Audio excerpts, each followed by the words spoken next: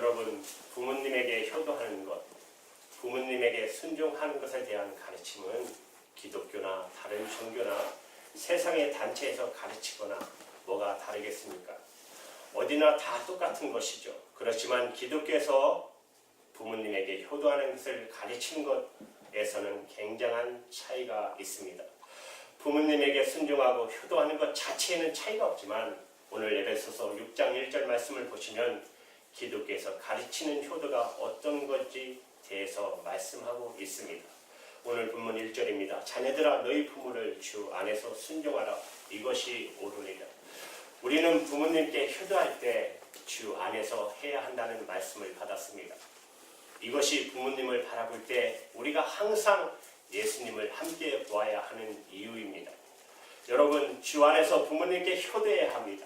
그렇다면 주 안에서 부모님께 효도하는 것은 어떻게 해야 하는 것인지 함께 나눠보겠습니다. 정말로 시대가 많이 악해졌어요. 정말 그렇습니다. 시대가 악해져서 일어나는 일입니다. 부모와의 관계가 많이 깨어져 있는 것을 보게 됩니다. 지금 많은 사람들이 부모님과의 관계가 깨어져 있어요. 부모님과의 대화가 거의 없고 왕래하지도 않는 분들이 많이 있는 것을 보게 돼요. 그렇게 지내는 사람들이 참 많이 있어요. 부모님과의 관계가 좋지 않는 분들께 예수 믿는 분 중에도 상당히 많이 있는 것을 보게 됩니다. 이유는 부모에게 상당히 있습니다. 부모님과의 관계가 깨어지는 원인이 어디 있는가? 어릴 때 또는 우리가 성장해 가는 과정에서 부모가 뭔가 그런 비밀을 제공한 것이 상당히 있습니다. 사람마다 부모와의 관계가 어려워진 기가 막힌 사연, 어떤 사연들, 아픔들이 다 있게 마련이에요. 괜히 그렇게 하겠습니까? 그래서 우리는 얼핏 이런 오해를 하게 돼요. 부모님과의 관계가 안 좋아진 것은 전적으로 부모님 잘못이야. 이런 생각을 할 때가 있습니다. 부모님에게 내가 효도하지 못하고 내가 부모님과의 관계가 깨어진 이유가 부모님 때문이라고 생각하는 것이죠. 좋은 부모님이 아니셨으니까 그렇게 원망할 수도 있습니다. 그러나 그것은 전적으로 오해요, 왜곡입니다. 여러분, 그렇다면 정말 그런 것이라면 좋은 부모에게는 다 효도하십니까? 부모님이 완전하시고 완벽하시다면 그렇다면 다 효자가 될까요? 우리는 예수님 안에서 놀라운 축복을 받았는데 그것은 하나님이 우리의 아버지가 되신 것입니다. 주기도문에 우리는 하나님을 아버지라고 부르도록 그렇게 축복을 받았어요. 하나님은 저와 여러분의 아버지가 되십니다. 하나님은 완전하신 하나님이시고 그리고 우리에게 완전한 사랑을 주셨습니다. 그런 하나님이 아버지라면 우리는 다 하나님에게 효자가 다 됐겠죠. 그러면 저와 여러분들은 하나님에게 다 효자이십니까? 그 점에 자신이 없죠. 솔직히 하나님 말씀대로 순종하지 못하고 하나님을 기쁘게 해드리지 못하고 살았던 일 때문에 우리의 마음의 자책감이 아주 큽니다. 하나님이 완전하신 분이에요. 그렇게 좋으신 아버지신데 그렇다고 해서 우리가 효자가 됩니까? 아니라는 걸 알 수 있어요. 여러분, 성경에 탕자의 이야기가 나오지 않습니까? 그 아버지는 너무나 좋으신 아버지세요. 그에게는 두 아들이 있었어요. 그런데 큰아들도 둘째 탕자도 다 효자 아니었어요. 아버지는 너무나 좋으신 분인데 아들들은 효자가 된 것이 아닌 것을 보면서 내가 불효하는 것은 부모님에게 원인이 있기 때문이 아니구나. 바로 우리의 죄성으로 인하여 일어나는 것이구나. 우리가 부모님에게 잘못하는 것 역시 우리의 죄성이라는 것이에요. 좋은 부모님, 완벽하고 완전하신 부모님을 만나면 나는 효자가 될까? 그렇지 않다는 것입니다. 우리가 부모님과의 관계가 안 좋아지고 내가 부모님에게 효도하지 못하는 데는 우리의 죄성의 문제가 있다는 것을 알아야 해요. 예수님을 바라보면 비로소 그것이 깨달아지게 되는 것이에요. 우리가 부모님을 바라볼 때 예수님을 바라봐야, 이유는 우리 자신이 죄인 되었다는 사실에 대해 눈이 열리게 되는 것이에요. 우리가 예수님을 믿으면 우리는 비로소 하나님의 은혜를 알게 됩니다. 우리는 지옥에 갈 수밖에 없는 자였는데 예수님이 우리를 위해 십자가에 대신 죽어주심으로 우리를 천국으로 가게 하셨습니다. 하나님의 자녀가 됐습니다. 예수님은 우리 안에 오셨고 우리와 늘 동행해 주시는, 우리는 그런 은혜를 받았어요. 예수를 믿으면 행복하지 않을 수가 없어요. 그런 은혜를 받고 난 다음에 보니까 부모님이 전혀 다르게 보이는 것이에요. 내가 하나님께 말할 수 없는 용서하신 하나님의 은혜를 받고 나니까, 값없는 이 사랑을 내가 경험하고 나니까 부모님이 나에게 잘해줬냐 못해줬냐 이런 생각이 이제는 다 없어져요. 부모님을 진심으로 내가 용서하고 사랑할 수 있는 힘이 예수 그리스도 안에서 우리 안에 임하는 것입니다. 그래서 우리가 주 안에서 부모님에게 순종하라는 것입니다. 주 안에서만 가능한 일입니다. 부모님에게 진정으로 순종하는 것은 어떤 부모님이라고 말씀에 나와 성경에 나와 있지 않아요. 좋은 부모님에게는 그렇게 하고 좋지 못한 부모에게는 안 해도 된다고 성경은 그렇게 말하고 있지 않아요. 그냥 부모에게 순종하라고 나와요. 여러분, 우리가 부모님에게 순종하는 것은 근본적으로 부모님이 바로 섰기 때문에 되어지는 일이 아닙니다. 예수님과 나와의 관계가 바로 되어졌기 때문에 되어지는 일이에요. 여러분, 예수 그리스도에서 우리에게 허락하시는 이 놀라운 회복이 부모님을 향한 관계가 변화되는 것입니다. 여러분, 효자에게는 다 좋은 부모만 있어요. 참 그것도 신기한 일이에요. 어쩌면 효자에게는 좋은 부모만 있는지. 그런데 그 부모님 저와 여러분과 똑같아요. 모든 사람은 다 똑같아요. 그런데 어째서 효자의 부모는 다 좋을까요? 효자가 부모를 바라보는 눈이 다른 것이에요. 부모님에 대한 어떤 잘못이나 허물을 보지 않고 항상 부모님을 고맙게 바라보는 눈을 가진 사람을 효자라고 말하는 것이에요. 그러니 효자에게는 언제나 좋은 부모님이시죠. 우리가 예수를 믿고 거듭나고 나면 우리에게도 똑같은 일이 벌어져요. 부모님을 바라보는 눈이 바뀌어 버리는 것입니다. 부모님 나에게 잘했냐 못했냐 하는 것은 아무 상관이 없어요. 오직 그 자체로 감사해요. 여러분, 구약에 룻기에 보면 룻이라는 여인, 룻은 모압의 여자, 이방의 여인이었어요. 그런데 시어머니 나오미를 끝까지 따라가서 잘 모시고 섬기는 바람에 이방 여인인 그 여인이 예수님의 족보에 올라가는 놀라운 축복을 받았어요. 그리고 귀한 남편 보아스라는 귀한 남편도 만나게 돼요. 그런데 어떻게 룻이 시어머니를 잘 섬겼을까요? 시어머니 나오미가 그렇게 좋은 사람은 아니었기 때문에 그렇습니까? 룻기를 읽어보면 나오미는 신앙적으로 실패자입니다. 그것은 틀림없이 인격적으로 여러 가지 문제를 가지고 있었다는 뜻이에요. 그런데도 룻이라는 며느리는 끝까지 잘 섬긴 마음을 왜 이렇게 가졌을까요? 하나님에 대한 신앙 때문이었어요. 하나님에 대한 믿음이 그 어머니에 대한 눈을 바꿔줬어요. 그것이 이 룻이라는 여인이 축복을 받는 이유이기도 한 것입니다. 제가 기독교 상담학을 공부할 때였어요. 매 시간마다 한 분씩 마음에 있는 것을 내놓고 말씀을 나누는 시간을 가졌는데, 그때 한 여자 전도사님이 마음에 있었던 것을 내놓으셨어요. 자기가 중학교 때 어머니가 돌아가셨어요. 그리고 새 어머니가 오셨어요. 여러분, 중학생 때라는 것 가장 민감한 시기, 사춘기 때라는 것이잖아요. 그때는 친어머니와의 관계도 쉽지 않은 때이지 않습니까? 그러니 새 어머니와의 관계가 정말 어려웠대요. 그렇게 말썽을 부리면서 중학교, 고등학교를 지나고 난 다음에 대학에 들어가서 이 전도사님이 주님을 인격적으로 만나는 시험을 하게 됩니다. 그리고 날마다 새벽에 가서 기도하면서 주님과의 관계를 깊이 들어가는 은혜의 시험을 하게 됩니다. 어느 날 작정해서 기도원에 들어가 일주일 동안 기도하겠다고, 그리고 기도원에 들어갔다가 일주일 뒤에 내려와서 새 어머니 앞에 무릎을 꿇어요. 어머니, 제가 잘못한 일을 다 용서해 주세요. 어머니를 그렇게 욕하고 불평하고 어머니 미워하고 했던 일들을 다 용서해 주세요. 그런 자기를 그 새어머니는 눈물을 흘리며 꼭 안아주셨대요. 그 후로부터 이 전도사님과 새어머니의 사이는 친어머니와 딸과 같은 관계가 되었어요. 새어머니는 항상 어디 가든지 딸인 자기를 그렇게 칭찬한대요. 예수 그리스도를 바라보면 이렇게 놀라운 변화가 일어나요.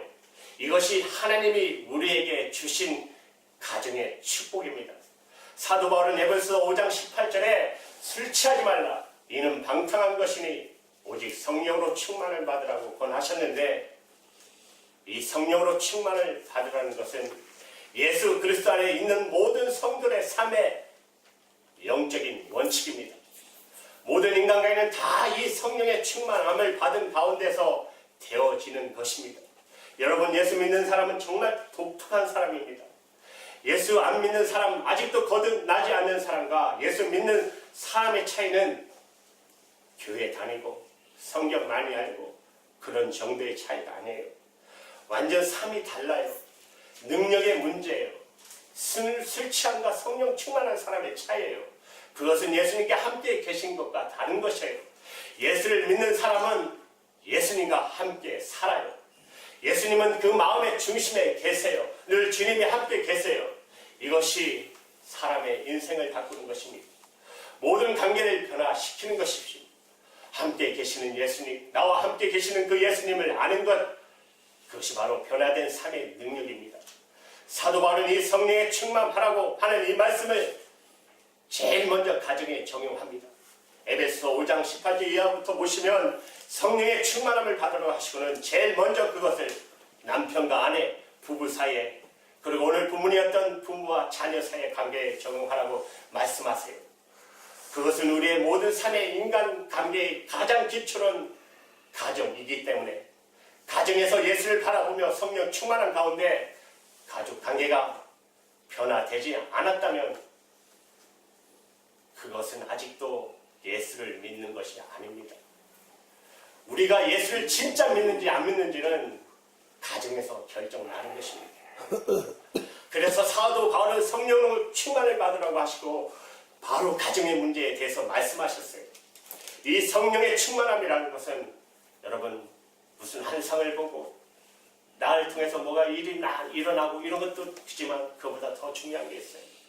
늘 주님을 생각하는 것, 늘 주님이 의식되고 내가 늘 믿음으로 주님을 바라보는 것, 그 상태가 성령의 충만함이에요.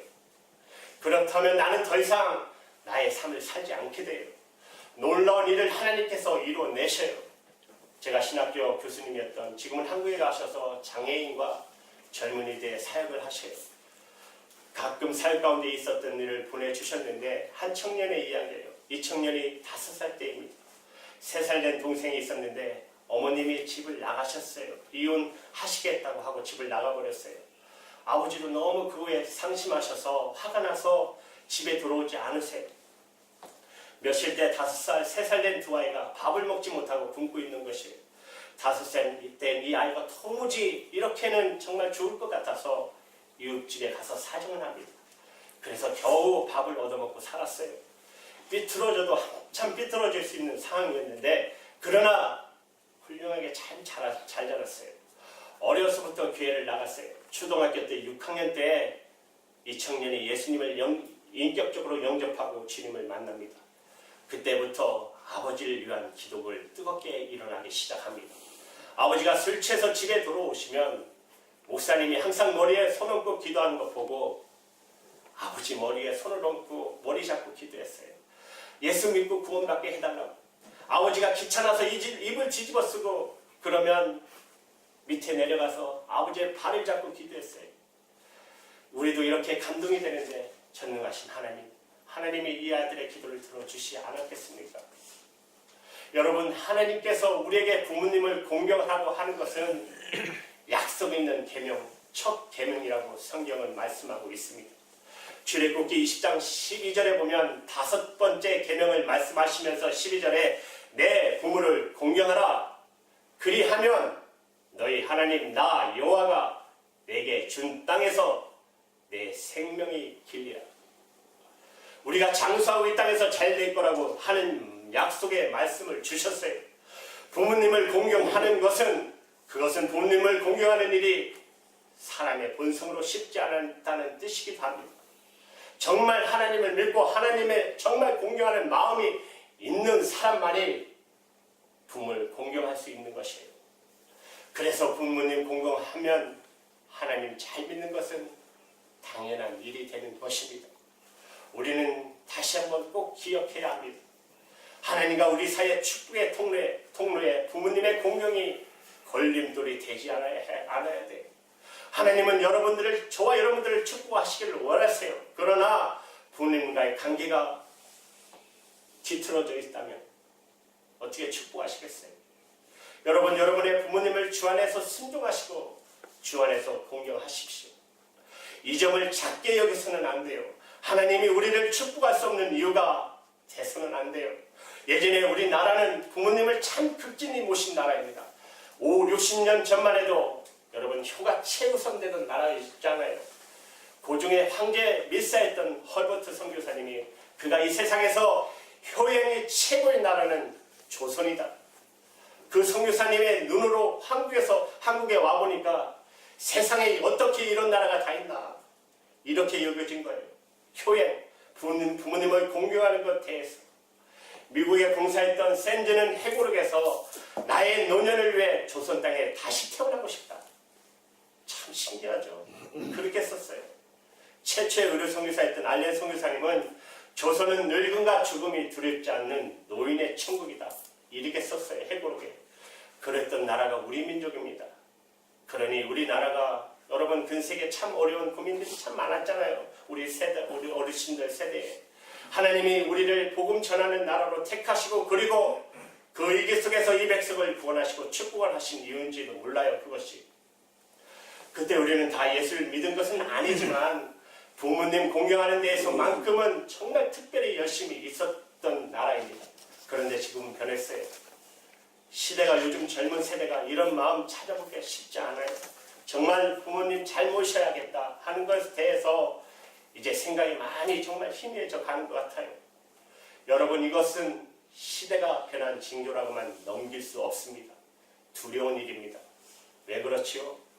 로마서 1장에 보시면 하나님이 진노를 이 땅에 이 세상에 쏘아 붓는 말씀을 하시는데 로마서 1장 18절에 하나님의 진노가 불의로 진리를 막는 사람들의 모든 긍정치 않음과 불의에 대하여 하늘로 쫓아 나타나니 하나님의 진노가 어떤 사람에게 그렇게 하십니까? 먼저 26절, 27절에 보시면 동성애자들입니다. 솔직히 미국도 정말 큰 문제입니다. 그 신앙의 나라가 너무나도 변질되어 버렸고 종교적인 타락이 되어버렸잖아요. 많은 종교단체에서 이제 동성애를 인정하고 있잖아요. 그러나 여러분 보십시오. 하나님의 말씀 성경은 단호해요. 하나님의 진노를 쏘아 붓는 일이라고. 동성애는 하나님의 진노를 받는 일이에요. 28절부터 여러 가지 하나님의 진노하시게 되는 죄에 대해 언급합니다. 29절 30절에 보면 제가 읽을게요. 곧 모든 불의, 추악, 탐욕, 악의가 가득한 자요, 시기, 살인, 분쟁, 사기, 악독이 가득한 자요, 수근수근하는 자. 30절에 보면 비방하는 것, 하나님을 미워하는 것, 능욕하는 자, 교만한 자, 자랑하는 것, 악을 부모하는 것, 그리고 부모를 거역하는 자. 정말 끔찍한 죄들이 열거되면서 그 중에 부모를 거역하는 것이 같이 들어가 있어요. 여러분은 사람을 죽이는 것과 부모님을 거역하는 게 같이 느껴집니까? 오늘 말씀 성경은 같은 수준으로 받아들이고 있어요. 우리는 그렇게 생각하지 않는 게 무서운 거예요. 부모님을 거역하는 것이 사람 죽이는 것 이상의 무서운 죄다. 이런 생각이 없어졌어요. 디모데후서 3장 1절에 보면 내가 이것을 알라 말세에 고통하는 때가 이르느니 말세에 고통하는 때가 이를 것입니다. 그런데 어떤 죄를 짓는 것이 말세의 징조입니까? 2절부터 말하기를 사람들은 자기를 사랑하고 돈을 사랑하며 자긍하며 교만하며 해방하며 부모를 거역하며. 부모님을 거역하는 것이 그렇게 무서운 죄인 것에 대해서 인식이 없는 게 정말 무서운 거예요. 여러분, 우리는 꼭 기억하셔야 합니다. 부모님에 대한 불순종, 그것이 얼마나 큰 죄인가 하는 것, 그게 그렇게 죄라고 여겨져야 우리는 비로소 그로 인하여 회개하고 또 그 죄를 짓지 않을 수 있기 때문입니다. 사랑하는 여러분, 이 세상에서 가장 아름다운 것은 무엇이겠습니까? 하나님이 어느 날 천사 셋을 불러 너희는 세상에 가서 가장 아름다운 것 하나씩을 가져오라고 명령하세요. 천사 셋은 세상을 향해 나갑니다. 먼저 한 천사가 세계를 돌아다니면서 어떤 것이 가장 아름다운 것인가를 찾습니다. 그런데 이 천사가 산을 넘다가 그곳에 피어있는 꽃, 너무나도 아름다운 꽃을 발견하고 이것이 가장 아름다운 것일 것이다 생각하고 그 꽃을 꺾고 하늘나라로 돌아갑니다. 또 한 천사가 아름다운 것을 찾아 찾아 돌아다니다 보니 한 어린아기가 너무나도 천진난만하게 웃고 있는 모습을 보고 이것이 가장 아름다울 것이라고 생각하고 그 아기를 가슴에 안고 하늘나라로 돌아갑니다. 마지막 천사가 아름다운 것을 찾아 돌아다닙니다. 찾아 돌아다니다 보니 어느 한 집이 있는데 그 마루에서 이제 태어난 아기를 안고 젖을 먹이는 어머니의 모습을 보면서 이것이 가장 아름다운 것이구나 생각하고 그 어머니를 데리고 하늘나라로 돌아갑니다. 천국에 도착해 보니까 그렇게 아름답던 꽃도 오는 동안 시들어버려서 보기 흉측해져 버렸어요. 두 번째 천사가 데리고 온 어린아이, 천국 오는 길이 너무 멀어서 어린아이였던 아이가 자라서 그렇게 순수하게 했던 웃음이 세상에 때가 묻은 웃음으로 변했어요. 아름다움이 사라져버렸어요. 어린아기, 자기 자식을 두고 온 어머니, 그 어머니 그렇게 좋은 천국에 왔지만 두고 온 자식 때문에 가슴에 울음으로 가득 차 있었어요. 그 어머니에게는 천국이 될 수 없었어요. 물론 만들어진 이야기입니다. 사랑하는 여러분, 부모의 사랑, 어머니의 사랑이 얼마나 크고 깊은지를 깨달아야 해요.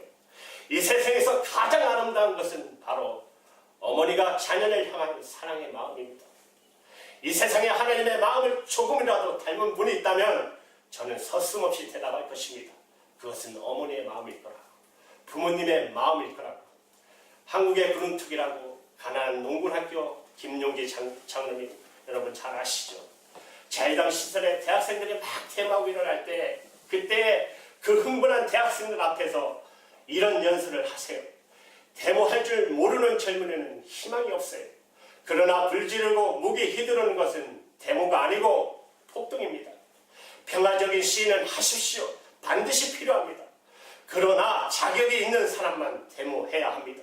부모에게 효도하지 않는 사람은 데모할 생각하지 마세요. 데모는 국가와 민족을 위해서 하는 것인데 가장 가까운 부모에게도 효도를 못하는 사람이 어떻게 애국을 논할 수 있습니까? 뿌리 없는 나무는 없습니다. 마찬가지로 자식 없는, 부모 없는 자식도 없습니다. 부모는 자식이 성장하는데 걸음이 되는 것을 기쁘게 여기며 죽어가는 사람입니다. 이 세상에서 큰 죄가 두 가지가 있는데 첫째는 하나님을 부인하는 것이고 두 번째는 불효입니다. 여러분, 우리 가슴에 새겨야 합니다. 하나님께서 우리에게 축복하려 해도 부모님과의 관계가 제대로 안 되면 하나님이 축복하실 수가 없어요. 우리가 고민은 그래서 알기는 아는데 내 마음대로 움직여주지 않아요. 부모님에게 정말 잘하고 싶은데 그런데 감정이 어떻게 해결이 안 되고 마음이 움직여주지 않고 부모님에게 소홀하게 되는 이 마음, 그래서 예수님을 바라보라는 것입니다. 능력은 주님으로부터 오는 것입니다. 그러면 여러분, 주님이 우리의 마음을 바꿔주십니다. 정말 신기하고 놀라운 일입니다. 우리가 부모님을 바라볼 때 반드시 예수님을 같이 바라봐야 할 이유입니다. 그래야 바른 생각이 와요. 하나님이 살리는 길을 가르쳐 주세요.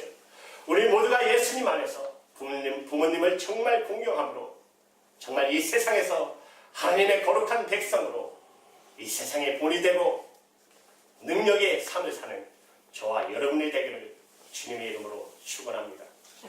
기도하시겠습니다.